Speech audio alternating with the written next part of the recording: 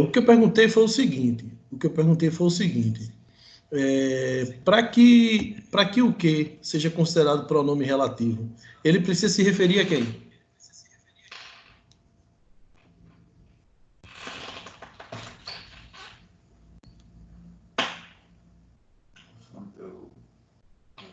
O celular tá saindo.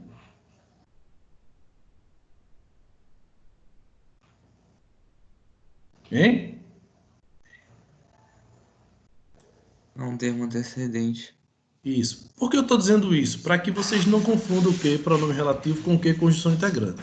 O que é que ele diz aí? Ó? Nas frases acima, o que aparece 6 vezes. Em 3 delas é pronome relativo. Quais? Vamos à primeira situação. Conheci que Madalena era boa. Esse primeiro que pode ser classificado como pronome relativo?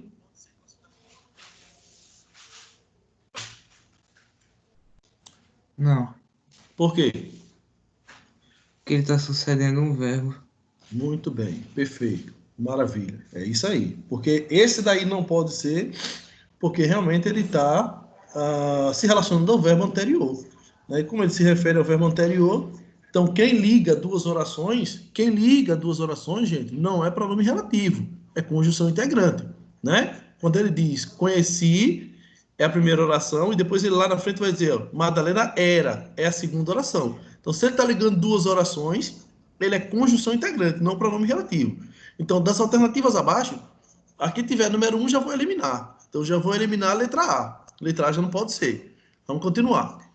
A culpa foi desta vida agreste que. Esse segundo que é pronome relativo? Uhum. Por quê? Se referindo à vida agreste. Exatamente, Alex. Porque ele se refere à vida agreste, que é nome. Então, o 2, Aí sempre vou deixar. o 2, o 2 com certeza é pronome relativo. Então, pelas alternativas que eu tenho, a 1 tem o 2, mas a A eu tenho o 2, mas eu tenho que eliminar porque a 1 não é. Então, a B pode ser. Aí a C eu tenho que eliminar a C, porque a C não tem número 2. Então, eu tenho como alternativas possíveis a B, a D e a E. Então, vamos continuar.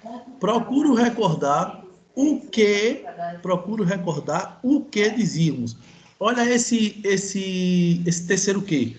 Ele é pronome relativo?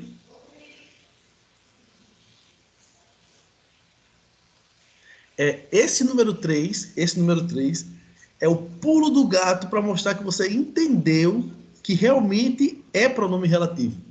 É o pulo do gato. Se você realmente entendeu a aula de pronomes da semana passada, aquele lance que eu falei de valor semântico das palavras, você vai dizer para mim se esse que é ou não é pronome relativo. Lembre-se de que, para que ele seja pronome relativo, tem que se referir ao nome anterior, tá? E aí, esse que é ou não é Está relativo? se referindo, no caso, ao pronome oblíquo o, né? Essa é a grande questão. Essa é a grande questão. Essa é a grande questão. O grande X da questão tá aí, Alex. O grande X da questão tá aí. Mas cuidado quando você diz o pronome oblíquo O. Porque quando você diz pronome oblíquo O, você está taxando esse O única e exclusivamente como pronome oblíquo. E na aula passada, nós vimos que o O pode deixar de ser pronome oblíquo para ser pronome demonstrativo. Veja se no lugar desse O, você não pode substituir pelo pronome aquilo.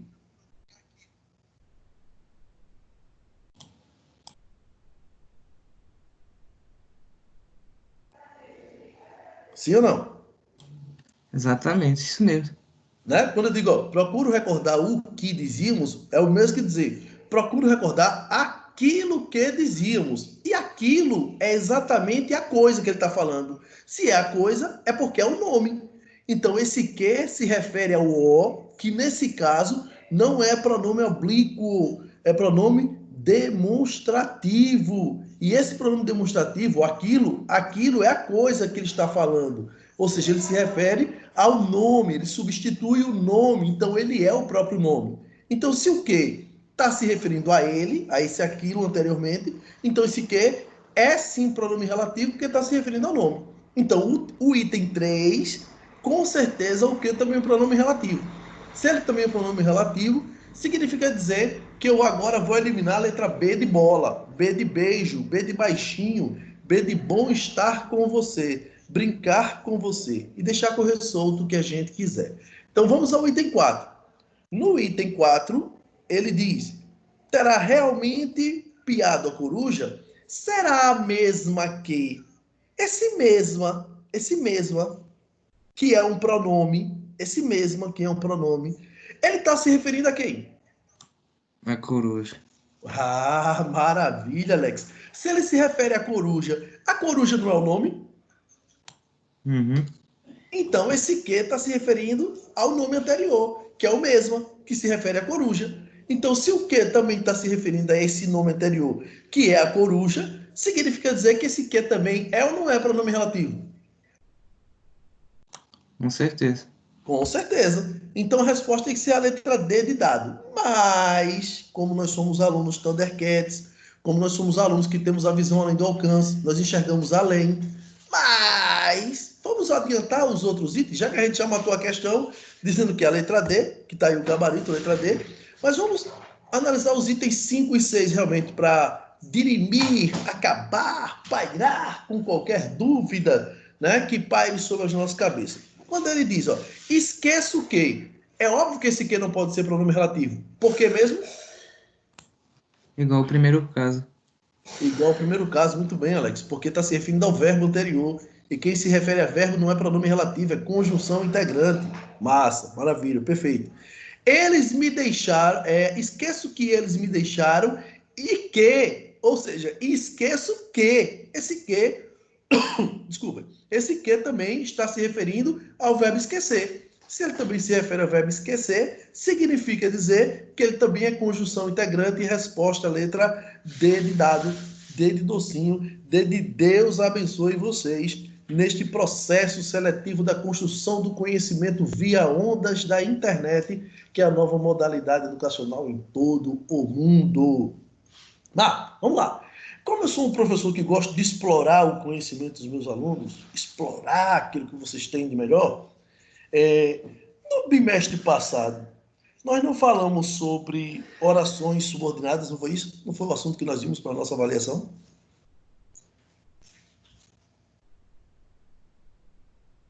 Sim ou não? Foi. Foi, né? Massa, muito bem. David estava subido, apareceu. Foi isso que a gente falou. Como diz o nosso veterano, carrancudo, que não admite ser contrariado, professor Jimmy, como diz o professor Jimmy, estou ficando velho, gordo e cansado, mas a memória continua boa. Quando nós, no bimestre passado, falamos sobre orações subordinadas, nós falamos sobre orações subordinadas substantivas, orações subordinadas adjetivas.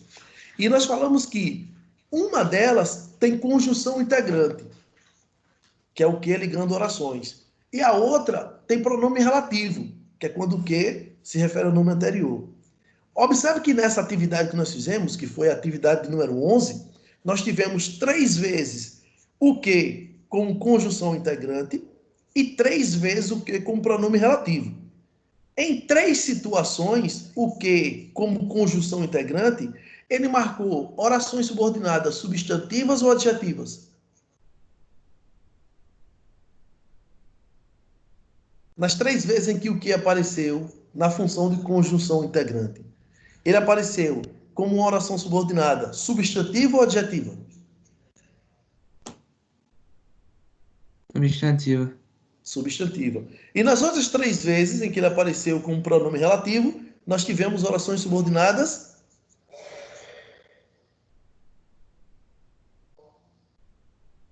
de que tipo? Adjetivos. Adjetiva, certo. Então, na primeira oração, conheci que Madalena era boa em demasia, eu tenho uma oração subordinada substantiva. Na outra, a culpa é da vida agreste que me deu alma agreste. Essa é a oração adjetiva. A terceira, o que é também pronome relativo, é adjetiva. A quarta, o que é também pronome relativo, será a mesma que, é oração adjetiva. E a quinta e a sexta são 2 orações subordinadas substantivas. Ou seja, observe que nós estamos falando sobre pronomes relativos, falando também sobre conjunção integrante e associando ao assunto período composto por subordinação. Estamos associando assuntos, porque na língua portuguesa as coisas acontecem assim. Os assuntos, eles se associam para que você possa determinar a função de outro elemento em outra área da construção da língua portuguesa, tá? Então, 11ª questão, resposta, letra D de dado. D de delícia é a língua portuguesa. Vamos para a 12ª questão. Na 12ª questão, ele diz: sobre o pronome relativo, é correto afirmar o que aí? Bom, como essa questão é uma questão em que ele está dando uma teoria e um exemplo, ó, ele está sempre dando uma teoria e um exemplo. O que é que ele quer? Ele quer que vocês indiquem qual é a alternativa em que esse pronome relativo, pela sua teoria, é o termo que se refere ao nome anterior, parará, parará, se adequa a uma dessas alternativas. Leiam aí e me digam qual é a letra. E depois a gente vai dizer por que não são as outras 4, tá?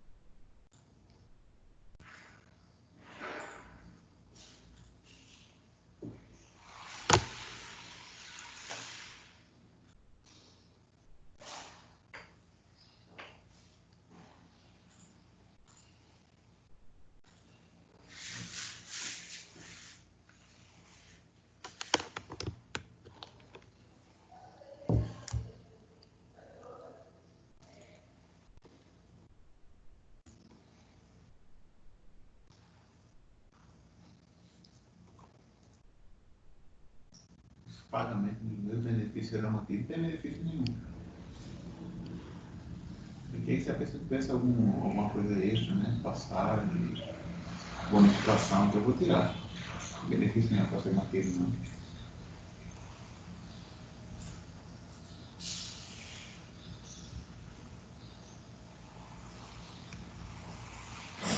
Quando terminarem, me digam. Digam qual é a letra. Essa questão é uma questão que tem que analisar com calma. Com calma.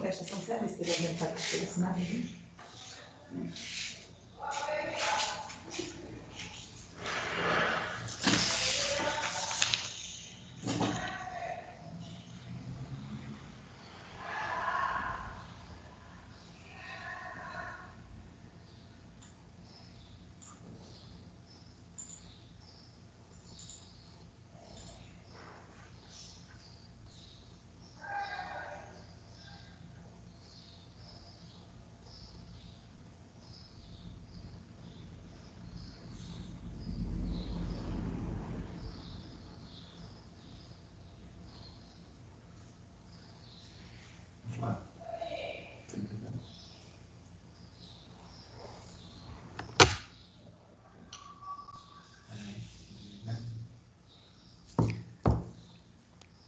É só você montar, tá?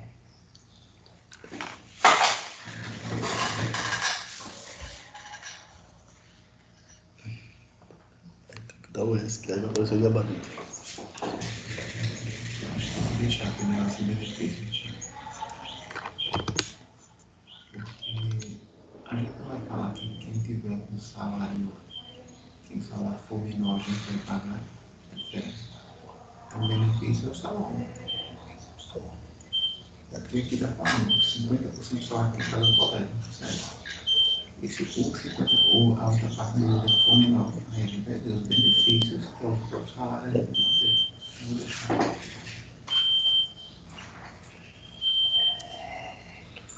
E aí, alguém já?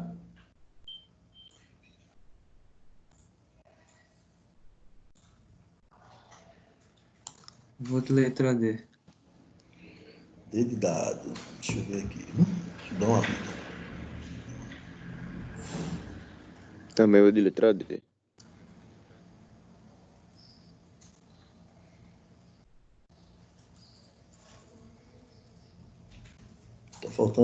Tá faltando mais gente participar aí, pessoal.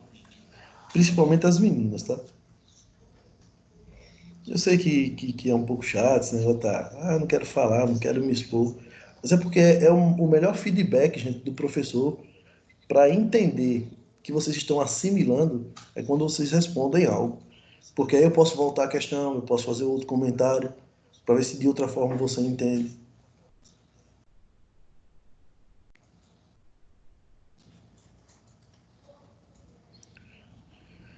Na letra D tem. Vamos começar pela letra A. Vamos começar pela letra A, depois a gente vai para a letra D.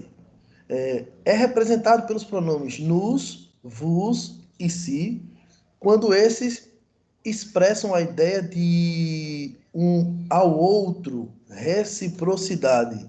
Epa, mas espera aí. Se ele está dizendo que esses pronomes nos, vos, sis expressam a ideia de reciprocidade, então ele não pode ser pronome relativo, porque a definição do pronome relativo não é essa.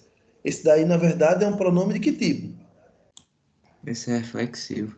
Exatamente, Alex. Maravilha. Esse pronome é reflexivo. Se ele dá a ideia de reciprocidade, ele é um pronome reflexivo, ele é um pronome oblíquo.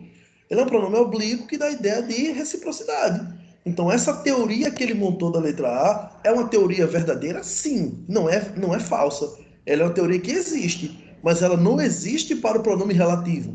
Ela existe para o pronome oblíquo, que dá a ideia de reflexão, de reciprocidade. Ele é um pronome reflexivo e não um pronome relativo. Então, perfeito.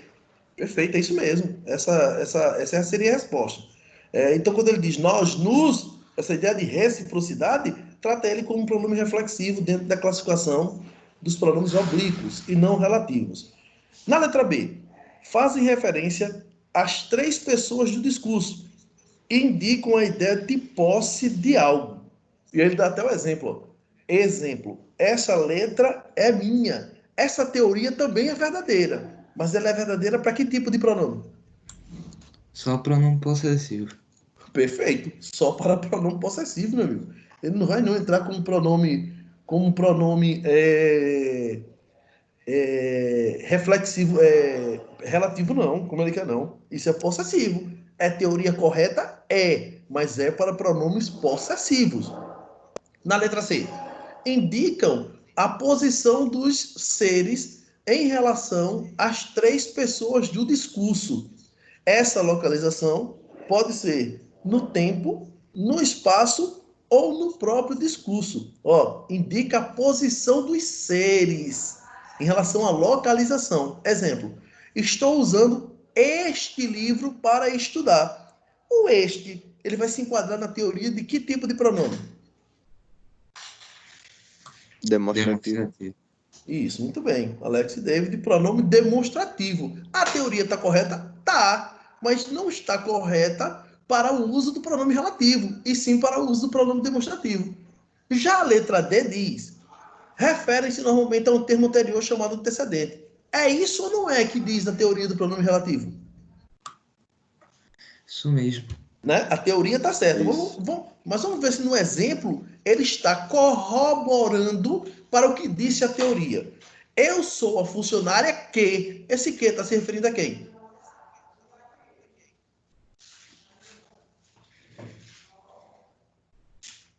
É o termo antecedente. Quem é o termo antecedente? Funcionário. Perfeito, a funcionária. Se está se referindo ao termo antecedente, que é a funcionária, então, meu amigo, a teoria e o exemplo estão corretíssimos. Eu tenho sim pronome relativo na letra D de dado, na letra D de Deus, na letra D de delícia é a língua portuguesa e seus acessórios que encantam as nossas sextas-feiras. Enquanto uns estão dormindo, nós estamos produzindo conhecimento. Diga. Esse que serve como a qual. Rapaz, você ultimamente estava lá apagadinho, não entrava, mas quando você aparece, exatamente, ele Meu é fone, pô, não tava pegando. Ah, pô, aí é sacanagem, pô. Ainda bem que agora você está aí com fone turbinado e agora você está aí participando, beleza. Mas é isso mesmo, hein? Ó, isso que o David disse está certo, ó. Eu sou a funcionária a qual. Se vocês quiserem ter certeza que o que é pronome relativo, faça isso que o David disse. Substitua pelos pronomes o qual, a qual, os quais e as quais. Essa é a prova dos 9 da língua portuguesa para você verificar se o que é pronome relativo. Perfeito, David, é isso mesmo.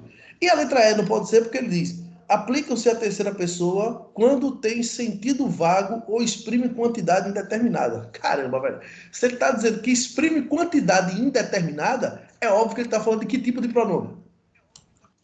Pronome indefinido, nada a ver. Nada a ver, pronome indefinido, é isso aí. Perfeito. Rapaz, vocês são topados, viu? Tá aí a resposta. Letra D de dado, letra D de Deus. Maravilha. Vamos então à próxima questão. Questão de número 13. Assinale as alternativas corretas. Bom, primeiro, analisem os itens 1, 2, 3 e 4. Ao lado coloque V ou F, porque aí depois você vai analisar qual é a alternativa correta do que ele apresenta aí. Analisem com calma.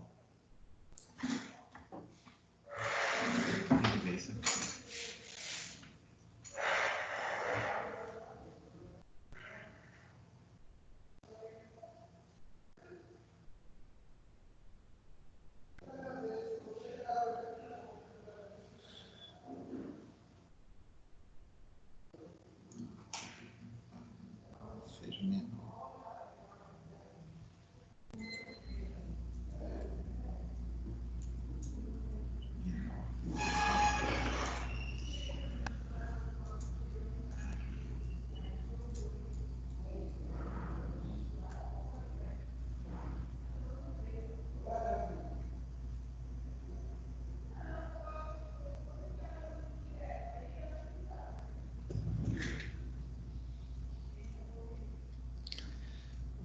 Tentando colocar em negrito essas coisas.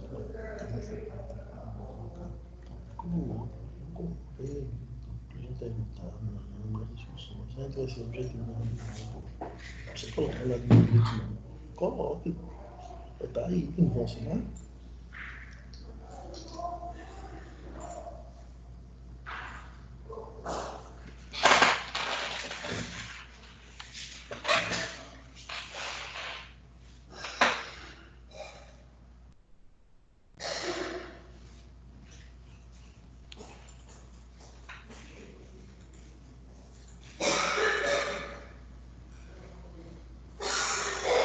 Olha, eu vou dar uma dica para vocês aí nessa questão, porque realmente não falei sobre isso lá quando falei sobre os pronomes relativos. Vou dar uma dicasinha que é muito importante, viu? Muito importante. Com essa dica vocês vão resolver, acho que a questão toda. Sempre que aparecer o pronome relativo cujo, atenção, sempre que aparecer o pronome relativo cujo, cuja, cujos e cujas, depois dele nunca se usa artigo. Mais uma vez, depois que apareceu o pronome relativo cujo, depois dele nunca se usa artigo, tipo cujo o, cuja a, cujos os, cujas as. Por um simples motivo. Por um simples motivo. Na primeira frase, quando ele diz aí, ó, a equipe cujo o desempenho. Esqueçam o O que aparece em o desempenho. O O que aparece depois do cujo, sonoramente, não já está determinando o gênero masculino para a palavra desempenho, não? Esquece o O, tira o O da frase. E veja Isso. se o... Não é isso que acontece? Exato. Então, aí quando ele coloca cujo O, ele gera ambiguidade. Ele está gerando ambiguidade. E aí essa ambiguidade, ela é desnecessária, tá? Então se liga aí nesse detalhe, tá, gente? Não se usa artigo depois do pronome relativo cujo, porque você deve evitar ambiguidade. Para que serve um artigo? Não é para definir, não é para determinar um nome? Essa não é a função dele? Sim ou não?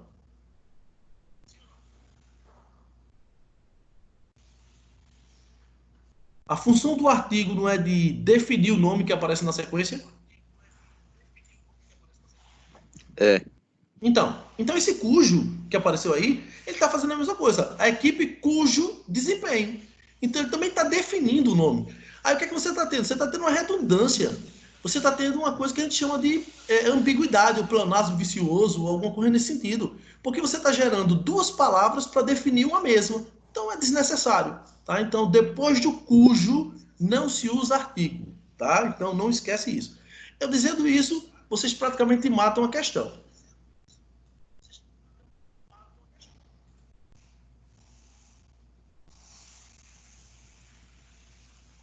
Seria B? B de bola. Deixa eu analisar aqui, estou analisando também.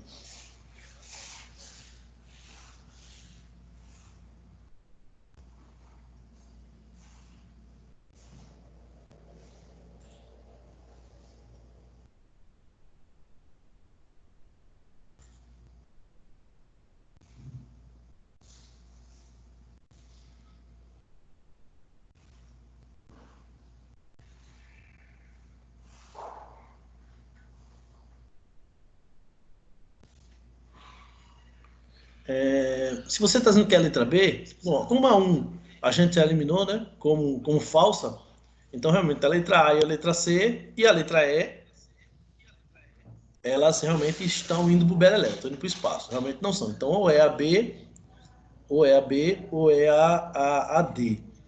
Tá, mas vamos lá, vamos ver uma coisa aqui. Por que a 4 está errada? O que é que está errado na 4, nessa afirmação aí que ele diz?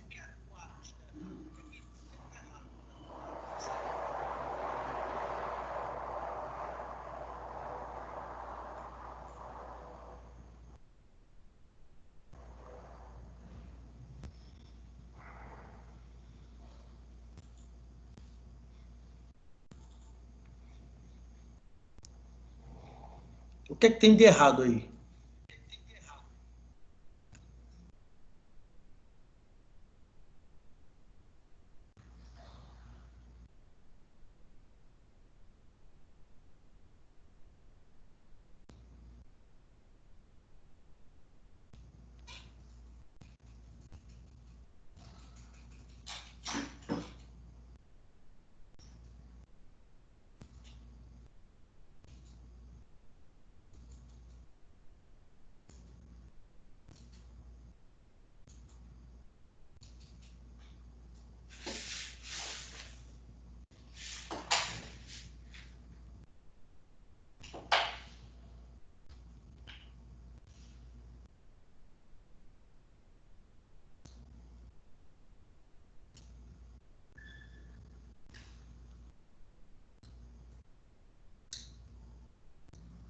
Ô, Flávio, Diga.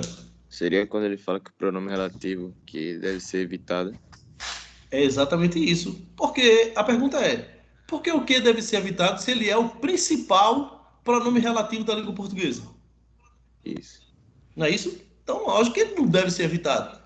Pelo contrário, o que ele substitui qualquer pronome desse. O que substitui o qual, substitui o cujo, substitui o onde, substitui o quem, o quanto, o como, o quando. Ele substitui qualquer pronome. Entendeu? Então, ele não deve ser evitado de jeito nenhum. A não ser que, por exemplo, você tá fazendo uma redação. Lá você vai fazer o Enem, tá fazendo um vestibular qualquer desse aí do Brasil, tá fazendo uma redação. Aí, quando você começa a repetir o que várias vezes, tipo, você repete o que lá 8 vezes na frase, e as 8 vezes que você repete o que, ele está sendo usado não como conjunção integrante, mas sim como pronome relativo. Então você usou 8 vezes o que como pronome relativo. Aí tem uma regra da redação que diz: deve-se evitar os queísmos. Queísmo significa dizer que você deve evitar o uso do que com grande frequência. Por quê? Porque se você entende que o qual é pronome relativo, que o cujo é pronome relativo, que o quem é pronome relativo, que o quanto, o onde, o quando e o como são pronomes relativos, então você pode, para evitar a repetição do que, você pode fazer o seguinte: você pode substituí-los por outros pronomes relativos. Aí sim. Mas dizer que eu devo evitá-lo, não, de jeito nenhum. Evitar de jeito nenhum. O que é o principal pronome relativo da língua portuguesa. E como tal, ele deve ser utilizado e bem utilizado. Beleza, a resposta é essa mesmo. Resposta é a letra B de bola, B de baixinho, B de beijo. Vamos lá, 14ª questão. Assinale a alternativa que completa corretamente a seguinte frase. Está aí a frase com as lacunas e a gente vai ter que usar estes pronomes relativos. Lembre-se, Antes do pronome relativo pode aparecer preposição. Vai depender do que aparece na sequência, dos verbos e dos nomes. Se eles pedem ou não preposição. E que tipo de preposição eles pedem. Me digam aí qual é a alternativa que preenche adequadamente essas lacunas.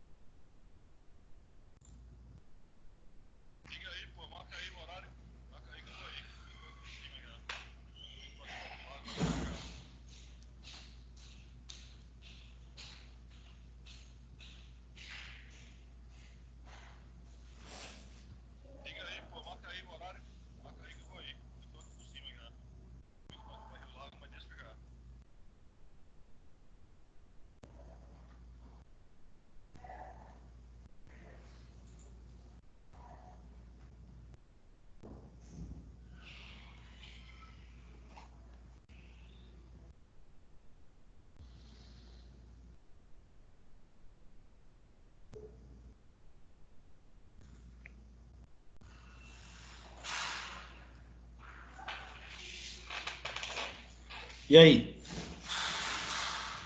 Os encargos?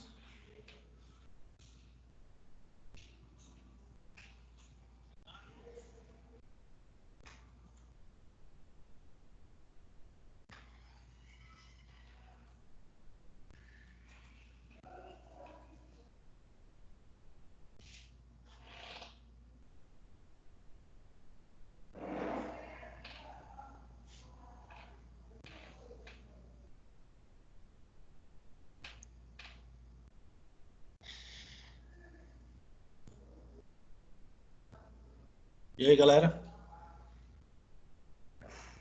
Essa tá fácil, gente. Essa tá muito fácil. Essa questão é muito objetiva. É muito simples. É só vocês se ligarem aos verbos das orações aí que aparecem. Letra B. Trabalho de bola. Vamos ver por quê. Os encargos a que nos obrigam. Por que tem que aparecer esse A antes? Obriga a algo. Perfeito, perfeito, Alex. Quem obriga, obriga a algo. Muito bem. Então é a que mesmo. São aqueles a que o promotor de justiça se refere. Por que de novo a? Quem se refere a alguma coisa. Espetáculo, beleza. Resposta então correta, letra B de bola. Quem obriga, obriga a alguma coisa. E quem se refere também a alguma coisa. Então, as preposições corretas para estas lacunas, com certeza tem que ser a preposição a que e a que. Perfeito. 14ª questão e última que nós fizemos sobre uso de pronomes. Pronto. Quanto ao uso dos pronomes, nós já matamos a parte de teoria, nós já falamos muito sobre o uso desses pronomes. Agora nós vamos para um outro assunto que vai fazer parte da nossa avaliação mensal, certo? Então esse outro assunto é um assunto que comumente está presente nas provas do Enem. É inevitável. Por quê? Porque ela faz parte muito da estrutura textual, de compreensão textual. E como ela faz parte dessa estrutura de compreensão textual, por isso que ela aparece com grande frequência. Então, o que é que nós vamos fazer? Nós vamos agora falar um pouco sobre este assunto, que é o assunto de níveis de linguagem e funções da linguagem, que estão muito presentes no texto. Então, nós vamos mudar o nosso slide agora e vamos exatamente para essa parte agora de níveis de linguagem. Tá? Vamos ver aí como funciona esse assunto dentro da língua portuguesa. É um assunto fácil, um assunto de teoria também bem fácil, só que vocês vão precisar entender o que se processa dentro do assunto níveis de linguagem, tá? Primeiro, quando ele fala níveis de linguagem, o que é que ele está querendo passar para a gente como comunicadores, como usuários da língua portuguesa? O que é que ele está querendo dizer? Vamos criar uma teoria simples antes da teoria que ele usa aí, que é a teoria técnica. O que é que ele fala? O que é que ele está querendo dizer sobre níveis de linguagem e a sua aplicação no dia a dia?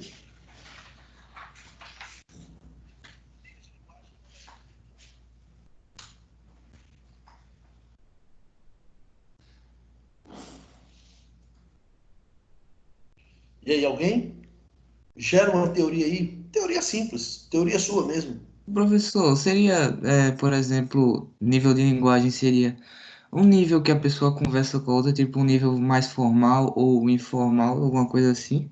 É exatamente isso, Alex. É exatamente isso. O nível de linguagem, ele trabalha os aspectos da formalidade ou da informalidade do discurso.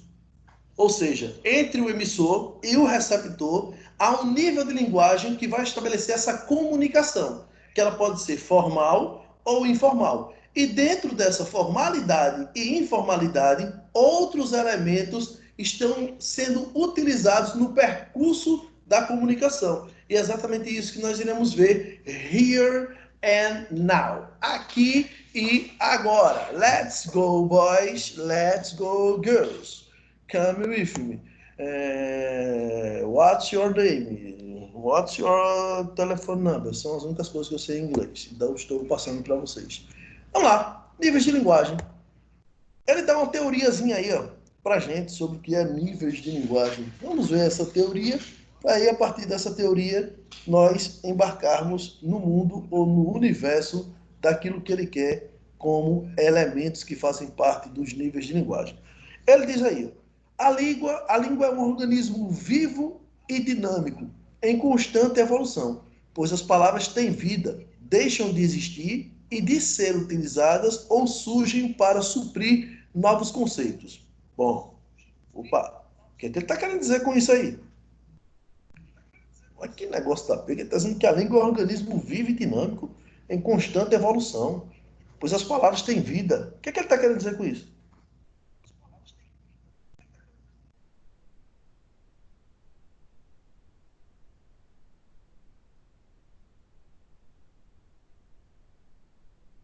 E aí, meninas, já acordaram? Ô, Flávio, Pode dizer. seria que com o tempo algumas palavras vão se modificando, outras não deixam de existir, mas deixam de ser usadas. Tipo, dá um exemplo aí. É isso mesmo. Tem exemplos fáceis. Velho, velho. Você acabou de usar uma. Você acabou de usar uma quando você usou essa expressão aí.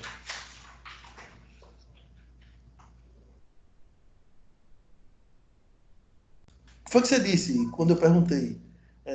Diga algum exemplo, tal. Aí você usou como? Qual foi a expressão que você usou aí? Eu falei, espera aí. Não, você falou, velho, espera aí. Você falou bem assim. Velho, espera aí. Ah, tá. Quando você pega essa palavra velho, no seu sentido denotativo, no seu sentido real, essa palavra quer dizer o quê? Velho. Senhor. Algo velho, algo antigo, algo obsoleto, Senhor. Só que quando você diz velho, espera aí, você está pegando essa palavra que tem um sentido maior e utiliza num sentido menor, ou seja, usando uma gíria, sim ou não? Sim. Então, quando você emprega ela nesse sentido, então você muda o sentido primeiro da palavra, você muda o sentido original da palavra e faz com que a língua se transforme nesse organismo vivo e dinâmico. Porque uma palavra deixa de ter um sentido original para agora ter um outro sentido. Isso é o que ele quer dizer nessa expressão. Tipo, um outro exemplo assim, que é também bem comum, que é do nosso dia a dia. O próprio você, que nós já discutimos.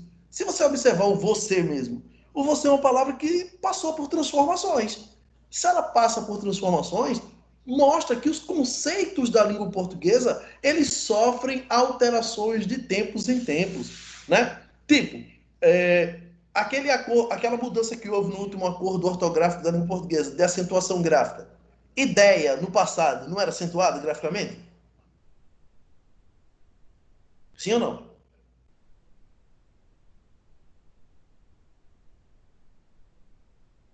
Hein? Uhum. Ideia era acentuada, hoje não é mais. Então, observe que as palavras passam por transformações.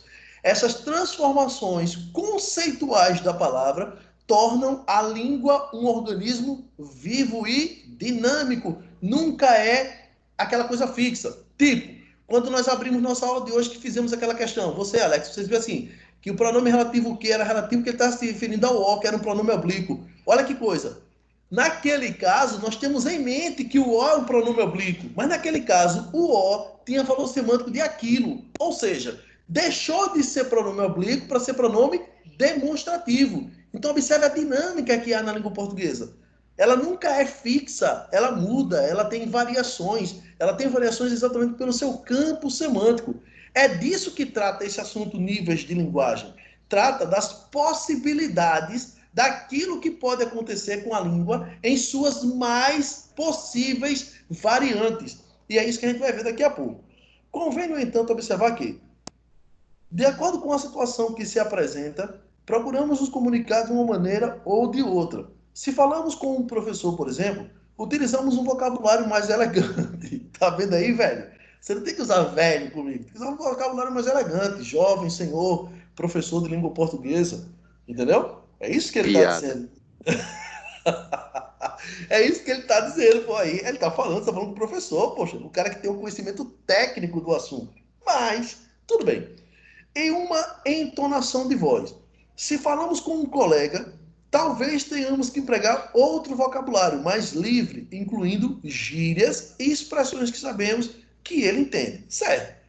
Numa visão mais didática, podemos dizer que há 5 níveis importantes de linguagem, que são eles: o médio, o familiar, o relaxado, o elevado e o técnico. Estes são os 5 níveis de linguagem que a língua portuguesa nos oferece como níveis que são utilizados no dia a dia.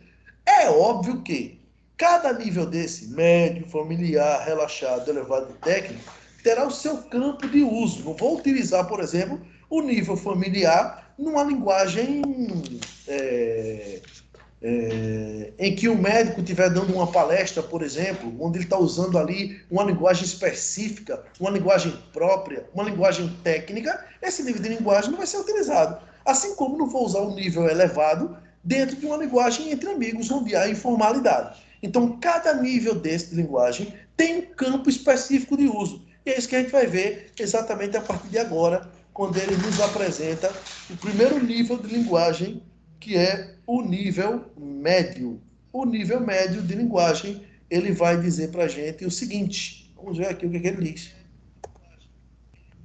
Nível médio.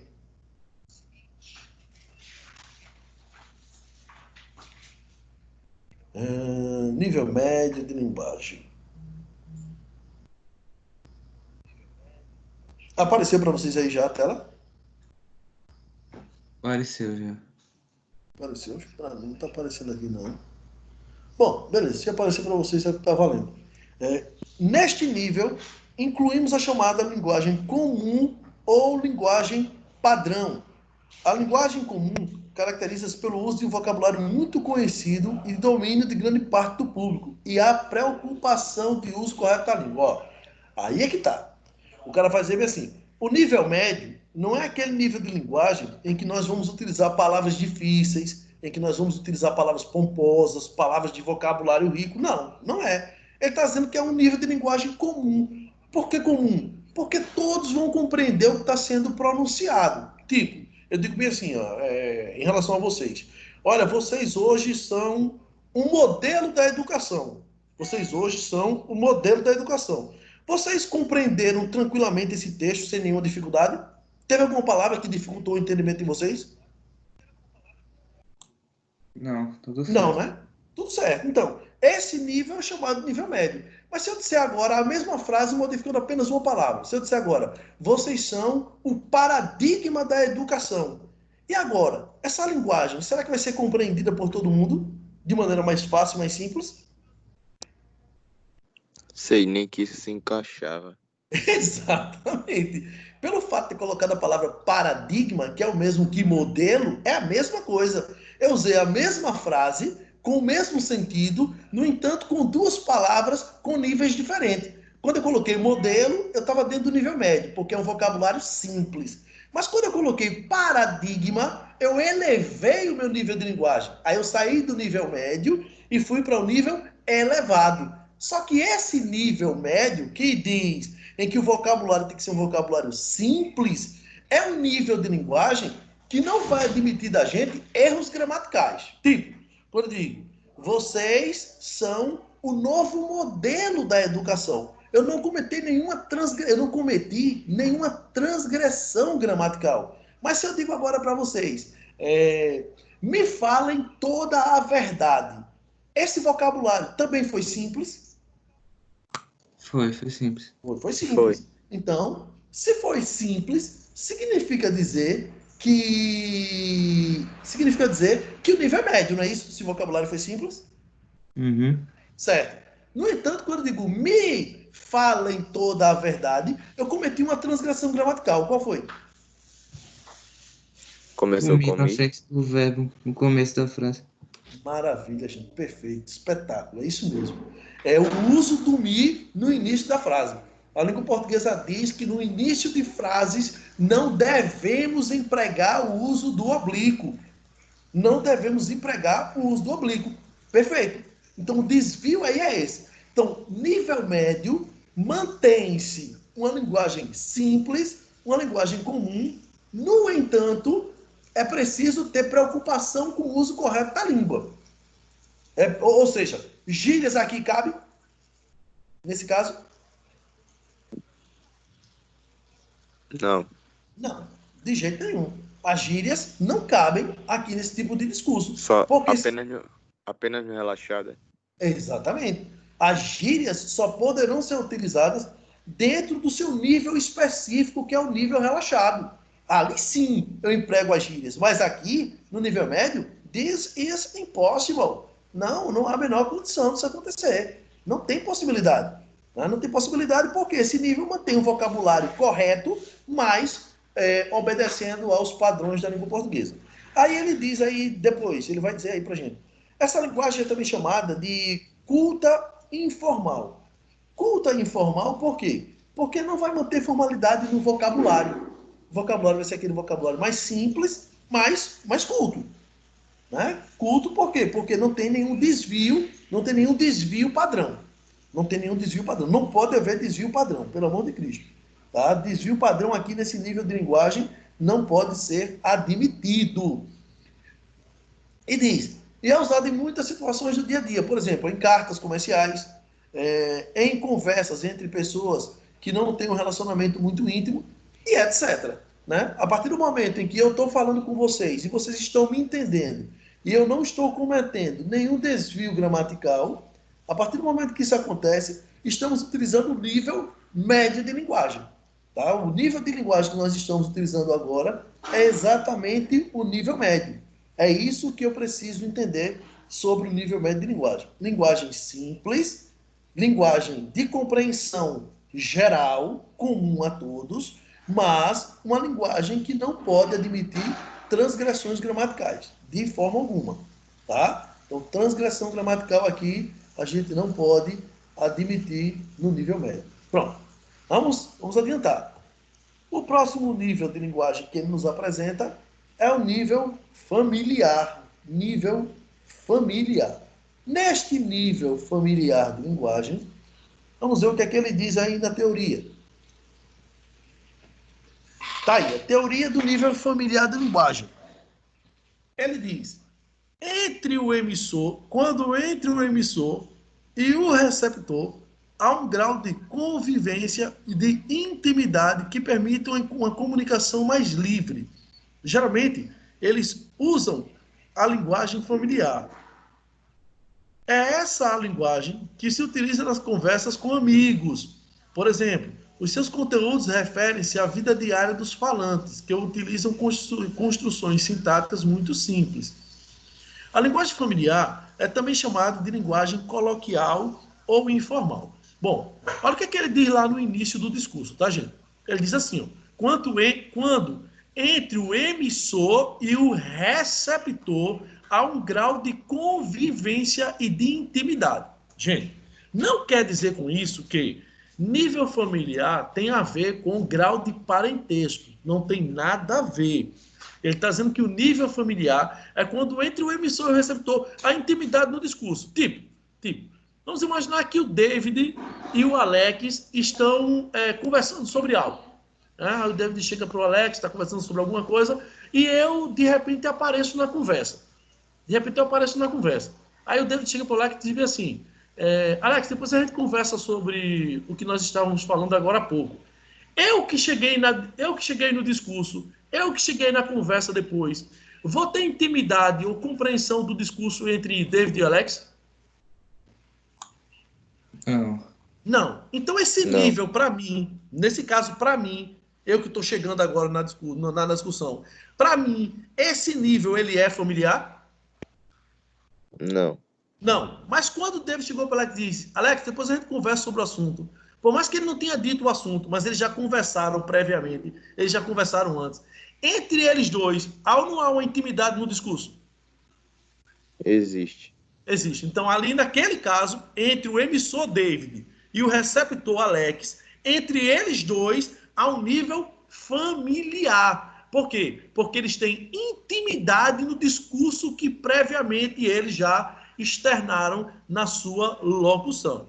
Quem chegou depois, nesse caso eu, que seria aí o segundo receptor da informação, quem chegou depois não teve intimidade no discurso. Então, para mim, naquela situação, o nível não é familiar. Tá claro isso aí, gente? Tranquilo. Tranquilo, né? Observe que o assunto não é difícil. O assunto é fácil. É extremamente fácil. Nível médio é o nível de linguagem, de vocabulário simples e comum, do conhecimento de todos, mas que não pode haver transgressão gramatical, de nenhum tipo. Nem pronominal, nem de concordância, nem de regência, nem de pontuação, de nada. De nada. Tá? Mas é um nível de vocabulário simples, de vocabulário comum. O nível familiar é quando entre o emissor e o receptor há intimidade no discurso. Eles têm conhecimento da informação. Mesmo que a conversa se disperse, entre eles haverá intimidade no discurso, e aí eu chamo esse nível de nível familiar de linguagem, tá? Vamos para o próximo nível. O nível relaxado. Próximo nível é exatamente o nível relaxado.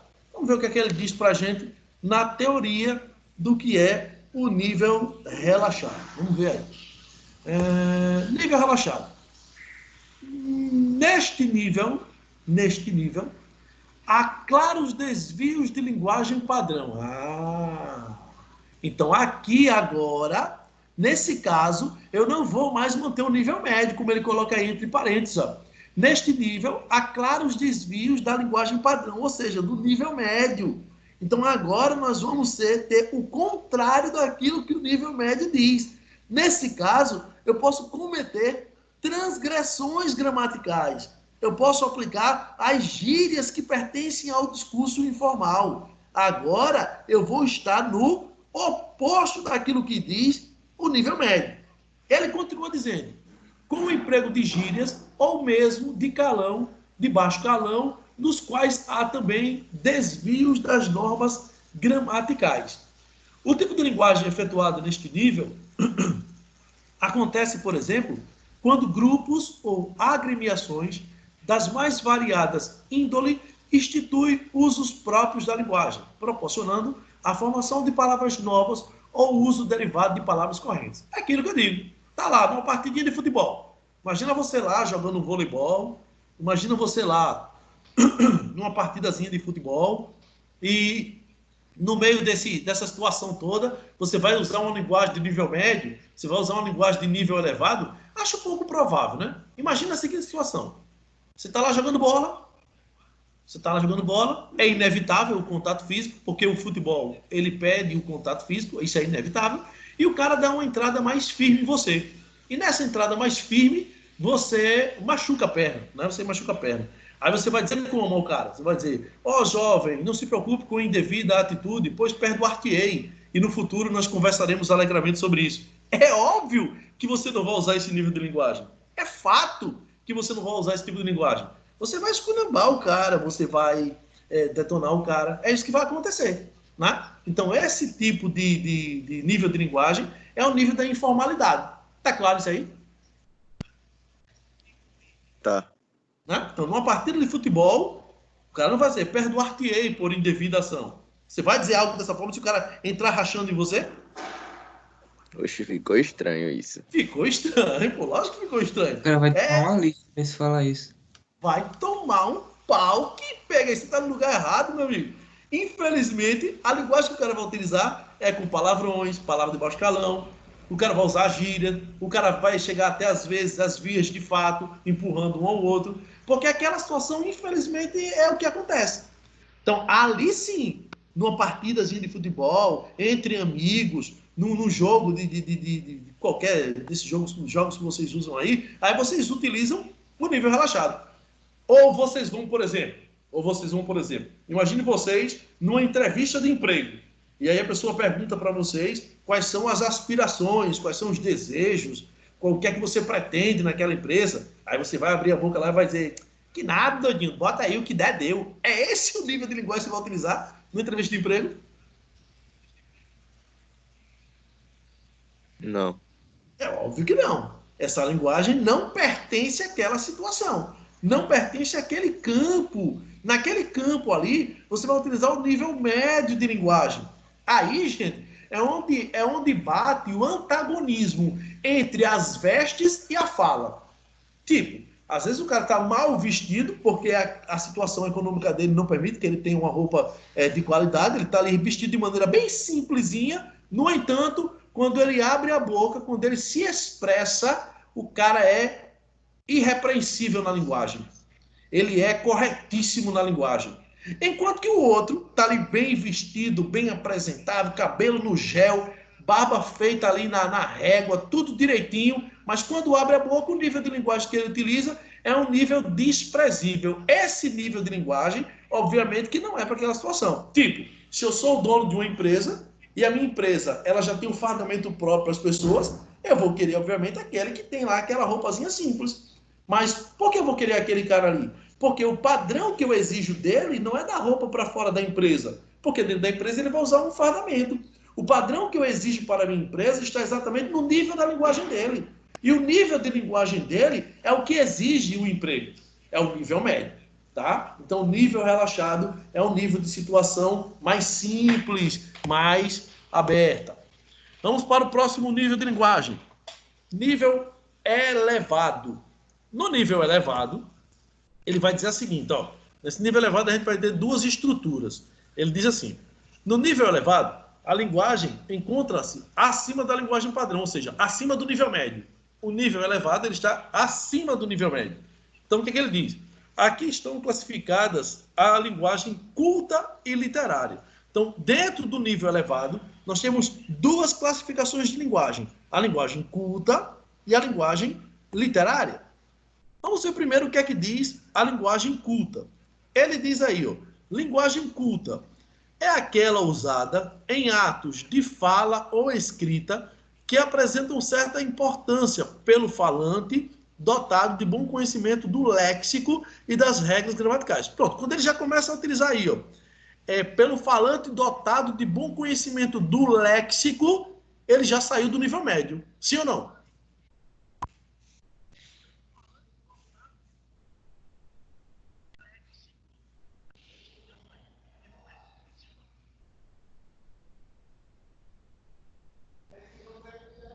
E aí, sim ou não, quando ele diz léxico?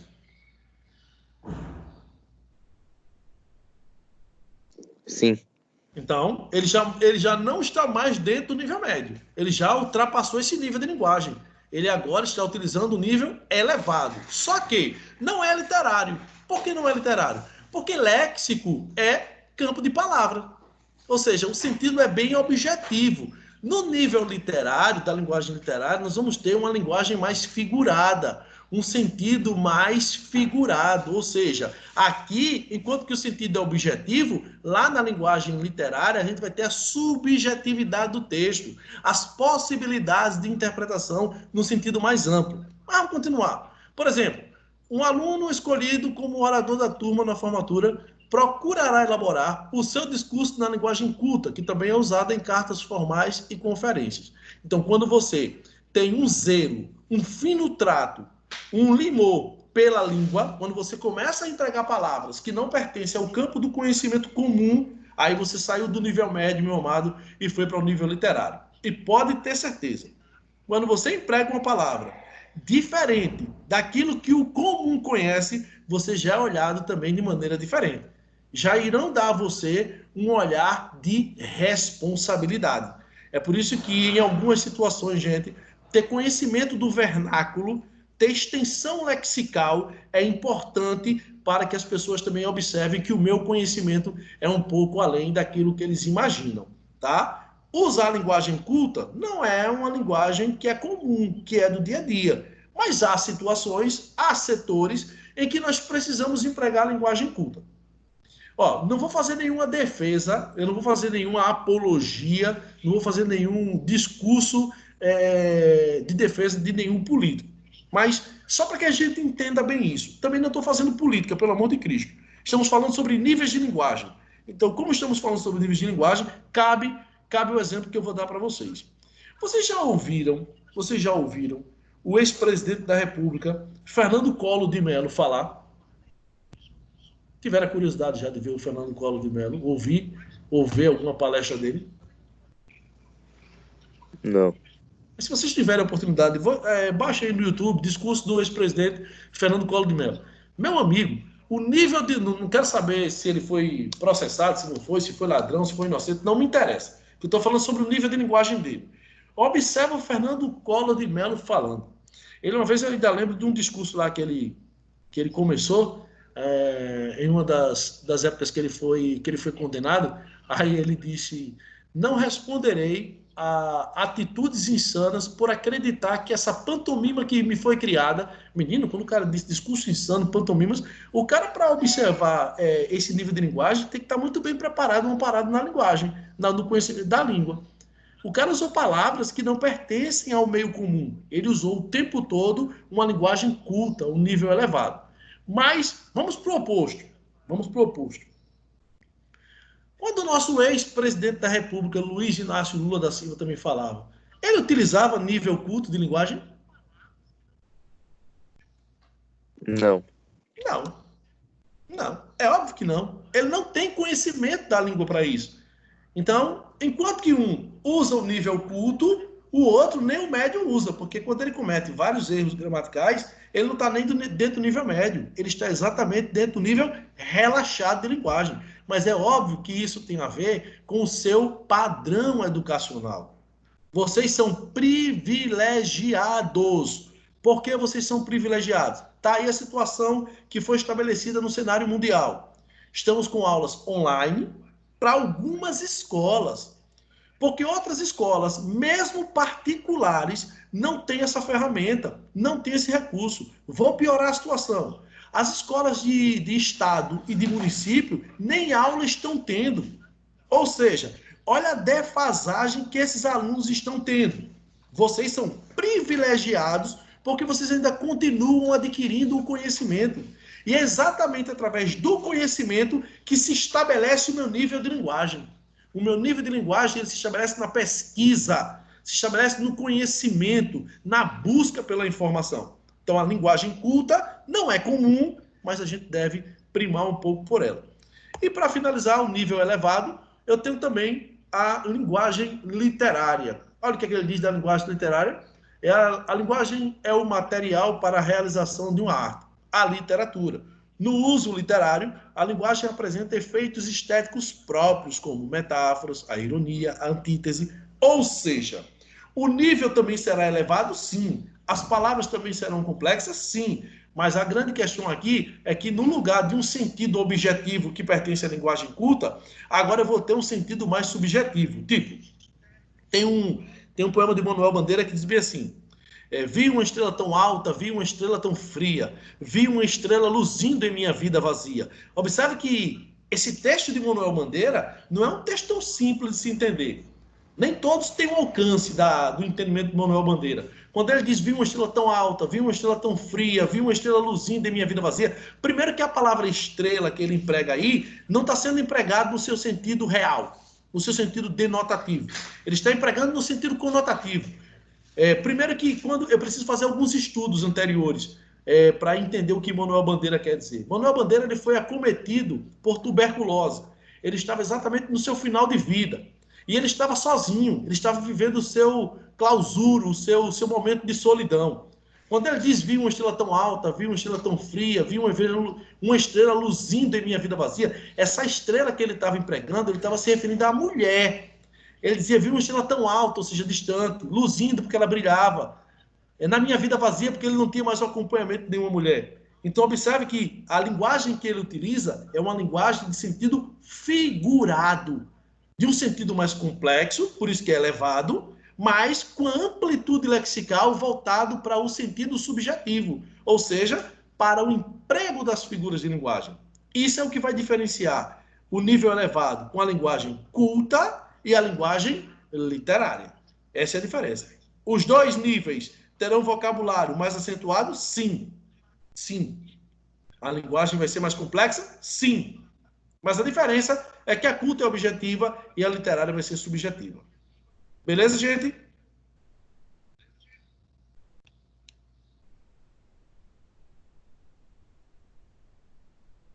E aí, beleza? Beleza. Massa. Então, a gente vai dar uma parada por aqui. Na terça-feira, a gente continua com o nível técnico de linguagem, faz só uma retrospectiva diante do que a gente viu nesse assunto, níveis de linguagem, e vai partir para questões. Depois dos níveis de linguagem, nós vamos falar sobre as funções da linguagem. E uma coisa é sequência da outra. Muito obrigado pela participação de vocês. Fiquem aí com a próxima aula. E Deus os abençoe, meus lindinhos. Um abraço e fiquem na paz. Beleza?